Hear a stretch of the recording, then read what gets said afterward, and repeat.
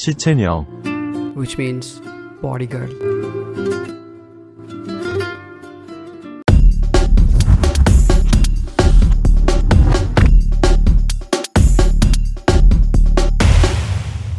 एक क्यूट लड़की डिनर के टाइम पे डिनर टेबल पे रखती है और टीवी ऑन करती है। रैंडमली चैनल चेंज करते करते उसको एक मूवी दिखती है। वो मूवी देखने लग जाती है और साथ में खाना भी खाती है।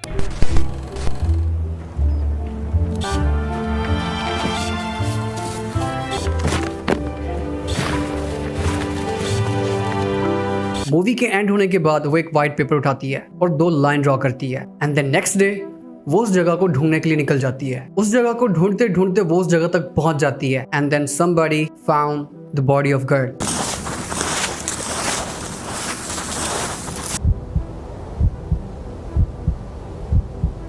आज की स्टोरी तुम्हें बहुत बड़ा लाइफ लेसन देने वाली है, तो कोई भी पार्ट इसका मिस मत करो। ये जो स्टोरी है ये ट्रू हार्ट ब्रेक स्टोरी है। मैंने ठीक ऐसी डॉक्यूमेंट्री पहले भी एक्सप्लेन किया है, इस वीडियो के बाद जाके वो जरूर देखना। तो कैसे एक जापानीज लड़की मूवी देखकर यूनाइटेड स्टेट के नॉर्थ डकोटा फार्गो सिटी में जाके पहुंचती है और किसी और को उसकी डेड बॉडी मिलती है। तो आप इस वीडियो में जानते हैं। Hello everyone, my name is mister लड़का। Let's start with basic. Japan में पैदा होने वाली लड़की जिसका हम नाम रखते हैं व्हाइट, इसकी फैमिली में इसकी मॉम और डैड है। इसका डैड इसकी मॉम से शादी करने के 5 मंथ बाद इसको छोड़ देता है। व्हाइट की मॉम को छोड़ने का reason age gap. Her mom age was 32 and her dad was 22। White की मॉम जापान के मिडिल क्लास एरिया में रहते हैं। उसकी मॉम लोगों के घरों में जाकर काम करती है और अपना घर चलाती है। व्हाइट एडल्ट हो गई और उसका स्कूल पूरा हो गया। यूनिवर्सिटी और कॉलेज ना अफोर्ड करने की वजह से उसको स्टडीज छोड़नी पड़ती हैं। जब कभी उसकी मॉम सिक हो जाती है तो वो खुद लोगों के घरों में जाकर काम करती है, like cooking, dusting and dish washing. पैदा होते ही उसने अपने डैड को नहीं देखा था तो उसने ये सवाल किया नहीं कि मेरा डैड कौन है और कहाँ है। तो व्हाइट जिन घरों में जाकर काम करती थी उनमें से एक घर में एक लड़का रहता था जिसका हम नाम रखते हैं पूप। अब ये नाम मैं क्यों रख रहा हूँ ये आपको आगे पता चलेगा। तो पूप व्हाइट को बहुत पसंद करता है और रिलेशनशिप में दोनों आ जाते हैं। पूप जो है वेल्दी है, बिजनेस स्टडीज करता है और जापान की हाईएस्ट क्वालिफिकेशन ले रहा है। रिलेशनशिप के कुछ अर्से के बाद पूप जो है वो व्हाइट से फिजिकल होने की कोशिश करता है, लेकिन व्हाइट कहती है मैं इस चीज के लिए भी रेडी नहीं हूँ। वो उसे अवॉइड ही करती है क्योंकि अमीर लोगों के घरों में बर्तन धो धोकर उसको इतनी समझ आ ही गई होती है। अमीर जो भी चाहते हैं हासिल कर लेते हैं, लेकिन किसी की इज्जत खरीदना बहुत मुश्किल है। उसके लिए आपको पे करना होगा not in cash, respectfully marriage. Poop white को कहता है मैं तुमसे शादी करूंगा, मैं तुम्हें कभी धोखा नहीं दूंगा, मैं तुम्हें कभी नहीं छोड़ूंगा। रिलेशनशिप के बाद जो भी मतलब बॉयज करते हैं। पूप ने टोक्यो की कंपनी में जॉब भी अप्लाई किया होता है और इसकी नौकरी लग जाती है और वो टोक्यो चला जाता है और वो उसे कह के जाता है मैं वापस जरूर आऊंगा। अब जैसा कि व्हाइट खूबसूरत है और वो लोगों के घरों में काम करने की वजह से वो हरास होने लगती है, तो वो डिसाइड करती है वो लोगों के घरों में काम नहीं करेगी, तो वो सिर्फ अपनी मॉम को ही भेजती है। व्हाइट के घर के कुछ ही दूर एक बार होता है, तो वो उस बार के अंदर एज ए वेट्रेस काम करना शुरू करती है और बार में भी उसके साथ हरास ही होता है। अक्सर कस्टमर्स को टिप देने के बाद कहते हैं बाथरूम में चलो हम आ रहे हैं। उसकी खूबसूरती को कोई अपनाना नहीं चाहता, सिर्फ यूज करना चाहते हैं। एक साफ और अच्छे दिल का लड़का या लड़की कभी भी प्यार या अच्छाई नहीं पाता दूसरों से, हमेशा यूज्ड ही होता है। So stop being good person to the wrong people. Well, तो एक दिन शाम के 6 बजे व्हाइट उठती है और उसके पेट में अचानक दर्द होने लगता है, तो वो डिसाइड करती है कि वो आज बार पे नहीं जाएगी। रात को खाना बनाती है अपने लिए और टेबल पे रखकर टीवी ऑन करती है। उसको एक अमेरिकन मूवी दिखती है विद जापानीज सबटाइटल।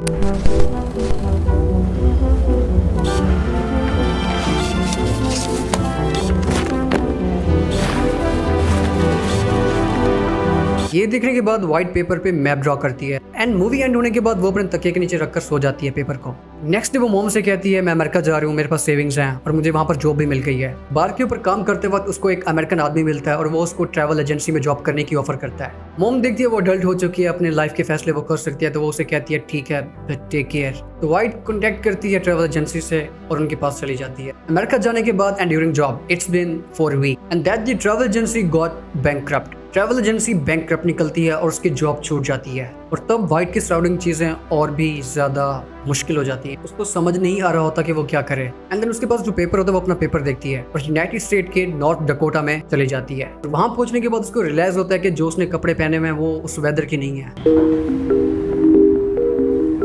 वो एक होटल के आगे से गुजर रही होती है जहाँ पर बहुत से ट्रक खड़े होते हैं और एक ट्रक वाला आदमी देखता है कि ये जो लड़की है ये अमेरिकन नहीं है, हो सकता है ये कोई ट्रबल में हो तो मैं उससे पूछूं और मैं इसकी हेल्प कर दूं। वो उसे कहता है तुम्हें कोई हेल्प तो नहीं चाहिए। व्हाइट जो है वो ठीक से इंग्लिश नहीं बोल पा रही होती, तो वो कहती है कि मुझे पुलिस स्टेशन छोड़ दो। ड्राइवर उससे बिना कोई सवाल किए वो उसको जाके पुलिस स्टेशन जाके छोड़ता है। व्हाइट जैसे ही पुलिस स्टेशन के अंदर एंटर होती है पुलिस वाले सब कंफ्यूज हो जाते हैं। एक जापानीज लड़की वो भी नॉर्थ डकोटा में कैसे आ सकती है, इवन उसने गर्म कपड़े तक नहीं पहन के रखे। पुलिस व्हाइट से कन्वर्सेशन करने की कोशिश करते हैं लेकिन व्हाइट इंग्लिश नहीं बोल पा रही होती सही से। तो व्हाइट उन पुलिस वालों को पेपर दिखाती है जो उसने ड्रॉ किया होता है। Lines mean road and tree means money. Police फिर भी नहीं समझती कि ये क्या कह रही है। एंड देन वाइट फिर मूवी का नाम लेती है Fargo. After I'd gotten off the phone, other officers said she's looking for some money. Through trying to make conversation with her, she had said Fargo, the movie Fargo. I actually have never seen the movie Fargo, but another officer that was in the station said that. लेकिन उन दो police में से किसी ने भी Fargo movie नहीं देखी होती। वो किसी और से पूछते हैं, लेकिन लकीली एक और पुलिस वाला कहता है हाँ मैंने फार्गो मूवी देखी है। पुलिस वाले उसे कहते हैं ये तो सिर्फ एक मूवी है, कोई रियल मनी नहीं है यहाँ पर। तो उसको जापानीज में समझाने के लिए डकोटा के अंदर जितने भी जापानीज रेस्टोरेंट और होटल होते हैं वो उनके ऊपर कॉल करते हैं ताकि कोई उनकी इंग्लिश समझकर जापानीज में ट्रांसलेट करे वाइट को। तो police through the phone white को समझाती है जो तुमने मूवी देखी है वो सिर्फ एक मूवी है, किसी ने भी यहाँ पर फार्गो में पैसे नहीं छुपाए। अब मैं तुम्हें थोड़ा एक्सप्लेन करता हूँ ये जो फार्गो है ये है क्या। फार्गो एक मूवी है, ऑस्कर विनिंग पिक्चर है, बहुत ही ग्रेट मूवी है। इस मूवी की एक्टर की लाइफ जो है वो रिलेट करती है वाइट की लाइफ से। एंड मूवी में ये दिखाते हैं वो एक्टर पैसे को छुपाने के बाद खुद मर जाता है और तभी वाइट उन पैसों को निकालने के लिए आई होती है। अब इतनी समझदार होने के बावजूद वाइट ऐसा क्यों करती है आई डोंट नो। हो सकता है लोगों के घर में वो हरास होने के बाद या बाहर में काम करने के बाद भी हरास होने की वजह से वो मेंटली डिस्टर्ब हो चुकी हो, as my opinion, otherwise I don't know. तो पुलिस उसे कहती है अब कहाँ जाना चाहती हैं आप, वो वही फार्गो का ही कहती है। तो पुलिस कहता है चलो मैं आपको बस स्टॉप के ऊपर छोड़ आता हूँ। जैसे वो गाड़ी में बैठती है वो अपने स्टमक के ऊपर हाथ रखती है। पुलिस उसे कहता है क्या हुआ है आपको, वो कहती है मुझे कैंसर है। उसके मजीद इंग्लिश ना बोलने की वजह से पुलिस उससे ज्यादा सवाल नहीं करता और वो रास्ते में बस देख रही होती है बिल बोर्ड्स चेंज हो रहे हैं और एक रोड है जो खत्म ही नहीं हो रही। तो पुलिस उसको विदाउट पेड फार्गो की बस में बिठा आता है।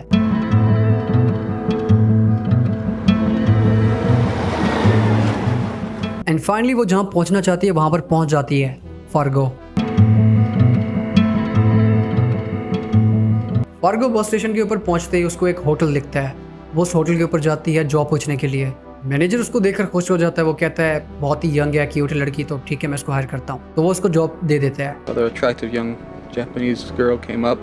Well, I thought she was a very attractive young lady. I was happy to help her. It's nice when you can help an attractive young woman. अब उसको रहने के लिए जगह चाहिए होती है लेकिन उसके पास बजट बहुत कम होता है।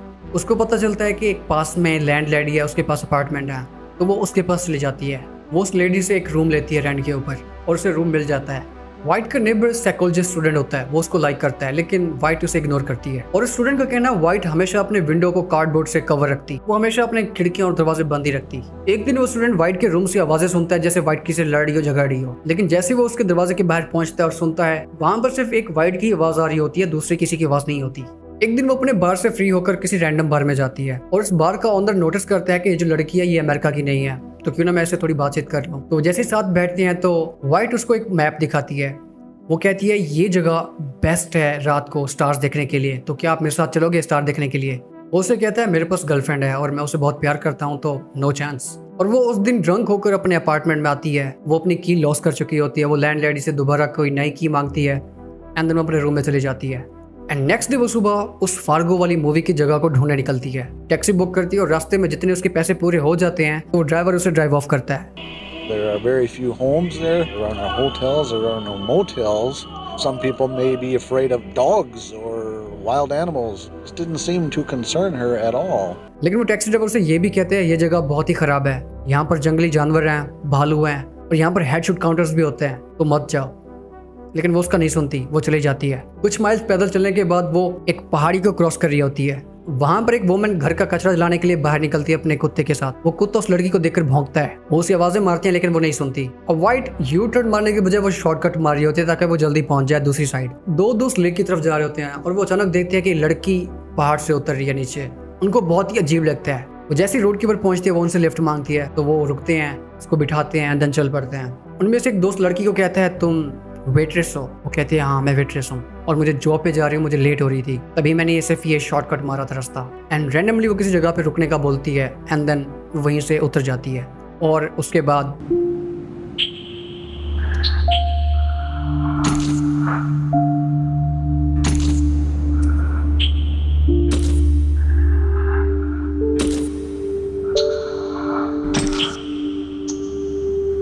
कुछ पुलिस वाले उस जगह के ऊपर ड्यूटी करने के लिए आते हैं ताकि यहाँ पर कोई भीड़ ना हो और वो नुकसान ना पहुंचाएं किसी को। और उनमें से एक आदमी दूर से देखता है कि कुछ है। वहां पर ज्यादा खून खराबा नहीं होता तो उनको यही लगता है कि ये किसी भीड़ ने नहीं किया, किसी इंसान ने किया होगा। तो सारे पुलिस वाले आ जाते हैं और पुलिस को लगता है ये एक मर्डर है। एक पुलिस लेडी सारी रात वहीं पे वेट करती है और उस डेड बॉडी को देखती है अगर किसी ने उस लड़की को मारा तो वो जरूर एविडेंस छुपाने के लिए आएगा। सारी रात बैठने और देखने के बावजूद भी कोई नहीं आता। पुलिस उस लड़की का बैग चेक करती है और उसको मिलती है चाबी। चाबी के अंदर उस अपार्टमेंट का नाम और नंबर लिखा होता है। तो पुलिस कॉल करते हैं उस लैंड लेडी को और बताते हैं कि वाइट शी इज अनअलाइव। वो बहुत शॉक्ड हो जाती है और बहुत दुखी हो जाती है। वो लेडी उसके रूम में जाती है और देखती है टेलीफोन पड़ा होता है बेड के ऊपर और उसके कॉल की डिटेल ये होती है वो 40 मिनट किसी से लगातार बात कर रही होती है और वो बात कर रही होती है टोक्यो अपने बॉयफ्रेंड से। शायद कोई चांस हो उसके वापस आने का और वो वापस आ जाए, जो उन्होंने प्लान किया था उनको पूरा कर सकें। लेकिन पूप कहता है मैंने शादी कर ली है और मैं वेल सेटल्ड हूँ। लेडी उसके कमरे में एक और चीज़ भी देखती है, म्यूजिक सीडी, वो जो वाइट ज़्यादा सुनती थी। उसने वो सीडी उठाई और प्ले की और उसने सुना and that song was about a boy who left his girl behind. वो लेडी बहुत रोती है उस सॉन्ग को सुनने के बाद। तो वो उसके घर कॉल करती है और उसकी मॉम को कहती है वाइट चली गई है। वाइट की मॉम कहती है क्या मतलब चली गई है, कहाँ चली गई है? And she said she is dead for away. और उसने एक नोट भी लिखा होता है अपने फैमिली के लिए। Another factor that came about later in the investigation was the fact that she had written a letter to her family saying that by the time they got the letter, she would be gone, and she apologized.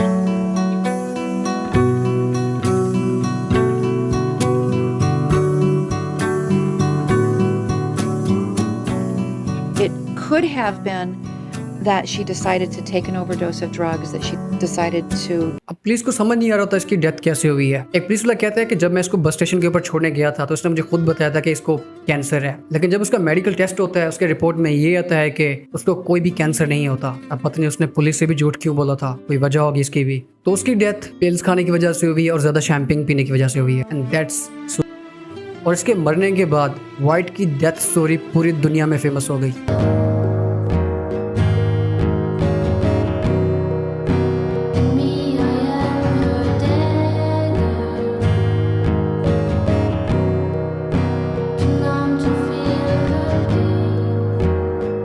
Fargo lake के पास night star देखना चाहती थी और ठीक वैसे ही हुआ उसकी plan के मुताबिक। अगर वो मूवी ना देखती तो शायद वो फार्गो तक ना पहुंचती। उसने घरों के अंदर काम किया, वहाँ हरास हुई, बार के अंदर काम किया, वहाँ